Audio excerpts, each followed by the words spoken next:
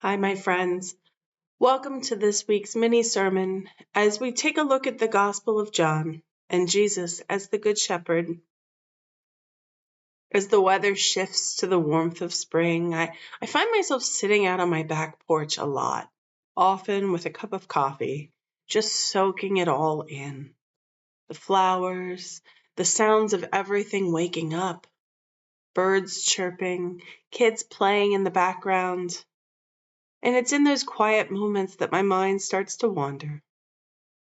I think about how grown up and independent my kids have become. And then I drift back to when they were little, when I wouldn't let them out of my sight.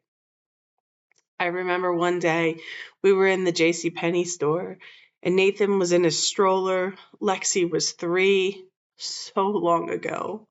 She was independent, she was curious, and I looked away for a split second and she was gone. Just like that. I found myself spinning in circles, calling her name. My heart was pounding.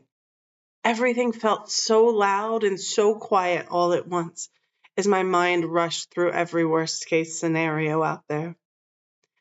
And then I noticed a small shift in the clothing in those big circular racks.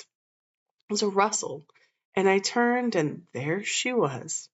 She wasn't scared. She wasn't far away.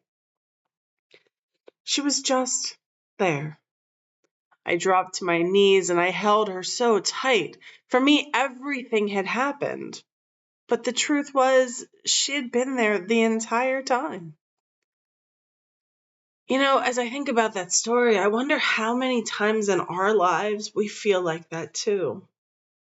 Maybe it's not the crowded store, but it's in the quiet parts of our lives where things feel uncertain, where the future looks like it's just a fog.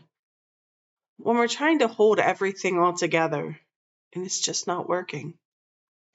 There are so many voices that are pulling at us. Voices of worry and fear and pressure and control. And it too can make us feel like we're spinning, trying to keep track of everything. And then we hear Jesus say, "My sheep hear my voice. I know them." What if we're never as far away as what we think we are?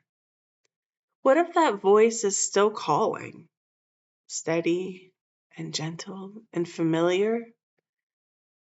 Maybe the invitation for each of us this week is a simple one: to pause and listen, to notice the voices that we're following and to turn towards the one that leads to life. Because the good news is this: we're not lost. We are known. We are loved. We are held. And we are closer to God than what we think.